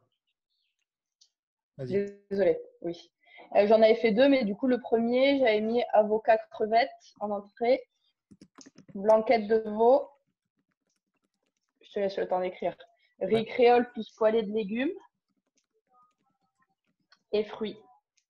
Enfin, j'aurais pu rajouter le brie d'ailleurs. Tu peux mettre brie et fruits. Comme ça, c'est un repas de gourmande. Alors, a priori, tu vois, bon, là, pour moi, avocat crevette, il y aura un peu de maillot, l'avocat est un peu graille, la blanquette, bon, c'est un fond de sauce, etc. Donc, il ne faut pas non plus le diaboliser, c'est pas non plus très gras. Et puis, il y a le brie, donc d'éviter d'associer à un même repas des aliments qui sont un peu gras, on va dire. Ça, c'est par rapport au temps de digestion. En temps normal, ce repas, il serait passé. En plus, le riz créole, il n'est pas du tout assaisonné. Et là, tu mets la blanquette avec une sauce. Et les gens qui cuisinent savent très bien qu'une blanquette, même si c'est une sauce, il y a même pas 10 grammes de matière grasse, hein, donc ça va, hein, on peut, ça va très bien pour le repas. Voilà, c'est juste ça, Marie. Peut-être que de pas. Alors, si c'est avocat nature avec crevettes, le brie peut rester. Oui. Mais si Après, je mange pas de mayonnaise, moi. Voilà, si c'est avocat, mayo, crevettes, là par contre, le brie, on peut le mettre. Attention de ne pas mettre de gras, du coup, c'est ça, en plus? C'est cette notion de trop gras du repas. Voilà. C'est l'avocat, c'est très gras comme aliment. Ok. Alors c'est très gras, c'est plus gras que d'autres, mais ouais, voilà, c'est plus la mayo qui serait dommageable. Ok. Non, oui, mais ça, j'en mange pas, donc ça va. Voilà, très bien. Des exemples? Est-ce qu'il y en a d'autres qui ont des exemples? Je sais pas. Elodie, tu avais créé quelque chose? Erwan, quelque chose? Tu es peut-être déjà en train de cuisiner. Si vous les avez, vous me l'écrivez en bas. Sinon, on va reprendre il y avait une question dans le chat d'Elodie. C'était quelle différence entre nutritionniste et diététicien? Alors, en fait, un diététicien et nutritionniste, l'appellation, nutritionniste n'est pas du tout protégée. C'est pas un métier à part entière, diététicien, médecin, orthopédiste, etc. C'est une notion que tout le monde peut avoir. Donc, par exemple, vous pourriez très bien suivre une formation en nutrition par un organisme de formation et être DE de tennis, nutritionniste. Ça, c'est possible aussi, quoi. En plus, c'est pas du tout une formation. Il y a des naturopathes, des gynécologues, etc., qui sont nutritionnistes en plus. Donc, du coup, il y a quelques années, la confrérie ou l'association des diététiciens a décidé qu'en fait, on aurait vous verrez souvent sur les plaques, il y a écrit diététicien nutritionniste, parce qu'il n'y avait pas de raison que ce soit que les autres professions qui aient ça et qui mettent un peu le trouble chez les gens entre diététicien et nutritionniste. La seule chose, c'est que quand un médecin est nutritionniste, en fait, le médecin va pouvoir prescrire des prises de sang, va pouvoir prescrire un certain nombre de choses que le diététicien ne peut pas prescrire. Le diététicien, il est vraiment très technique. Il va vous parler de casseroles, de cuillères à soupe, etc. Chose que le médecin nutritionniste, lui, va être plus généraliste et parfois, il va pas aller dans le détail de ce que vous devez vraiment manger. Donc, vraiment, la différence, elle est sur le terme qui est pas du tout protégé, mais que tout le monde s'approprie. Et voilà, donc à un moment donné, c'est vrai que ça met un peu le trouble à tout le monde là-dessus. Voilà, on fait à peu près le même métier, on va dire, mais nous, le diététicien est plus pratique. Il va vraiment plus aller dans le conseil à la popote, on va dire. Dernier exemple, et après on conclura. Erwan qui a mis carottes râpées, poulet rôti, je vais écrire vite. Poulet rôti, haricots verts. Ça ressemble à un repas un peu logique pour moi. Sinon, les autres trucs, j'ai l'impression que c'est des trucs sophistiqués. Pommes de terre. Non, mais en fait, tu cuisines pas, toi. Si, mais des trucs, pas tout le repas, quoi. Un plat, quoi. Mais j'aime bien cuisiner. Surtout le sucré salé. Hein. Oh là là. Et bon, tu vois pourquoi je fais des dimanches cuisine? Comme ça, moi, ça varie les repas. Quand il pleut, ça va, mais là. Bon, bref. Eh bien, Erwan, c'est parfait. C'est parfait, ouais. Parce que du coup c'est parfait. Ouais, non, j'ai rien à dire.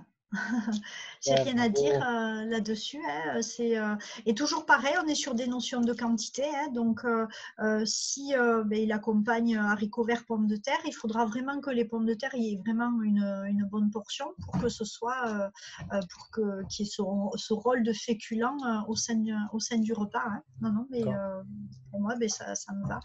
Alors après, la notion par rapport au tableau, là on faisait des repas repas à 4 ou à 5 composantes. Mais on peut très bien faire un repas équilibré dans une même salade, on va dire. Ça peut, la notion, là par exemple sur le dernier menu, en fait, on peut avoir des pommes de terre mélangées à des haricots verts avec des bouts de poulet, des crudités, une pomme coupée, de l'emmental, etc. Tout ça dans un même plat et ça fait un repas équilibré. La notion de repas n'est pas nécessairement liée au nombre de composantes. On est sur vraiment la présence de tous les groupes d'aliments à un repas et où on essaie d'avoir tous les groupes d'aliments représentés et suivant aussi qui cuisine ou qui cuisine pas, parce que parfois on n'a pas du tout le temps de cuisiner et donc on va prendre ces petits bouts où on n'a pas le temps de cuisiner, où on n'a pas le temps de manger. Donc l'idéal il est parfois de trouver un compromis entre les deux et les personnes elles doivent vraiment s'impliquer et donc ça peut faire partie un peu de la conclusion que l'on avait prévue avec Anthony, c'est que ce confinement a montré que beaucoup de personnes s'étaient mis à cuisiner. Donc, est-ce qu'on peut imaginer que, par exemple, on doit travailler là sur des repas pour les tournées?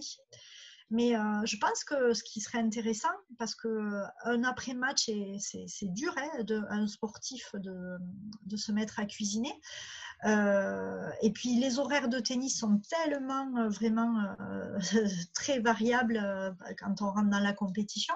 Donc est-ce qu'on pourrait imaginer qu'il y ait une anticipation des repas et que si jamais vous prenez des enfants en tournée ou des adultes, je ne sais pas comment on peut se l'imaginer, mais de donner bien avant les menus et de se dire tiens mais que chacun chez lui se mette à fabriquer une partie du repas et le jour J, le jour de la j'en sais rien, le jour de la tournée de se mettre à chacun avec sa compétence à cuisiner. Ça fait un petit moment qu'on ensemble. Vas-y, prends tes notes. Ouais. On part sur un monologue de 20-30 minutes. Non, pas du tout.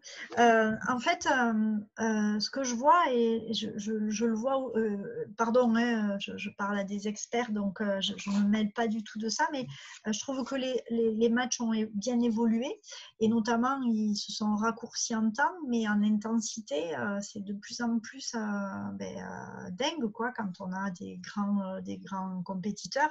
Donc, il va falloir encore s'adapter, encore s'acclimater à ce nouveau jeu, on va dire. Donc, voilà, déjà, c'est ça. Et de vraiment vous dire, il n'y a pas une alimentation. Alors, pardon, parce que moi, j'ai l'impression que vous avez vu les autres vidéos et tout ça. Donc, il y a beaucoup de choses. Pour tout le monde, ni pour les gens qui verront le replay.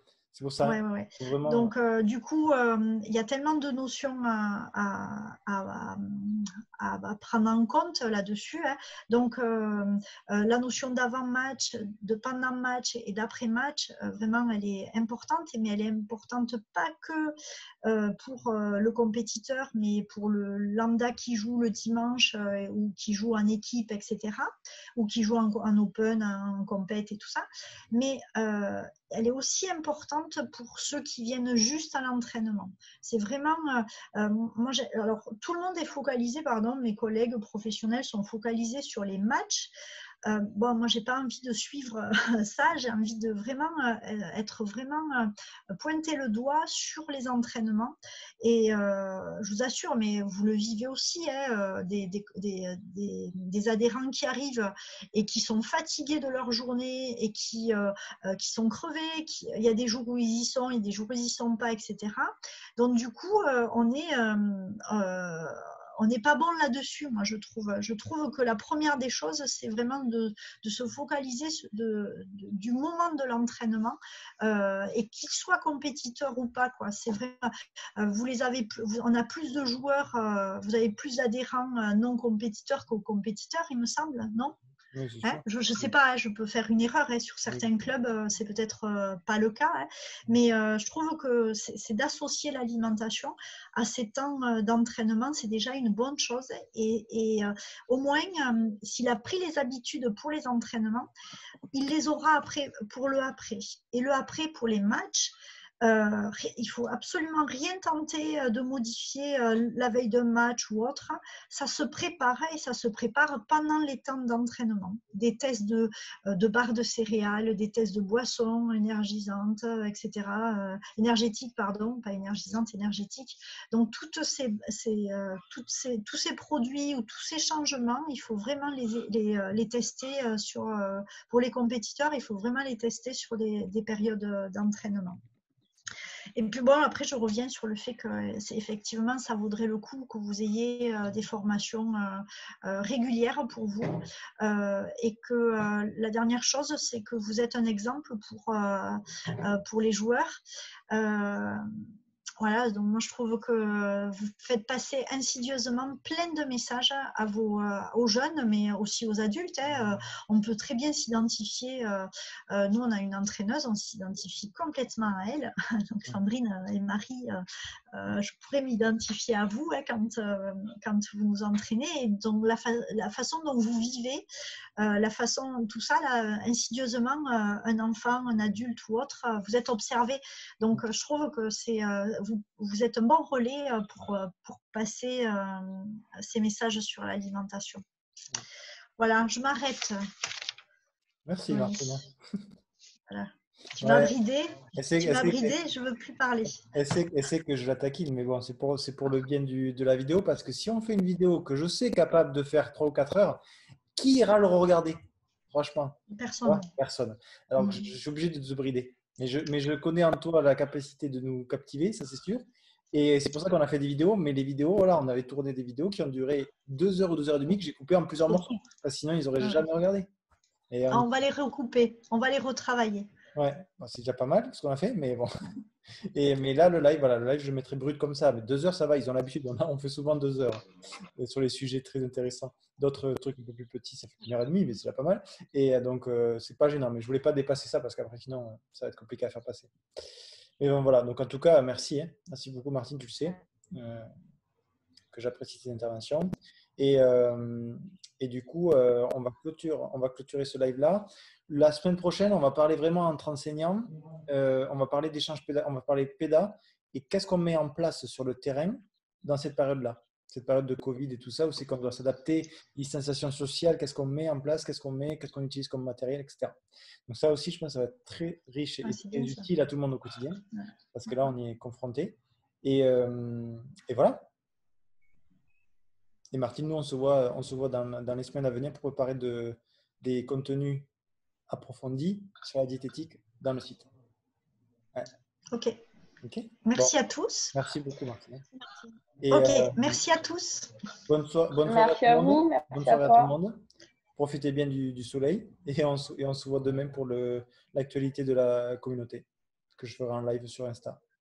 Allez, bonne soirée. Au revoir. Merci à tous. Ciao. Au revoir.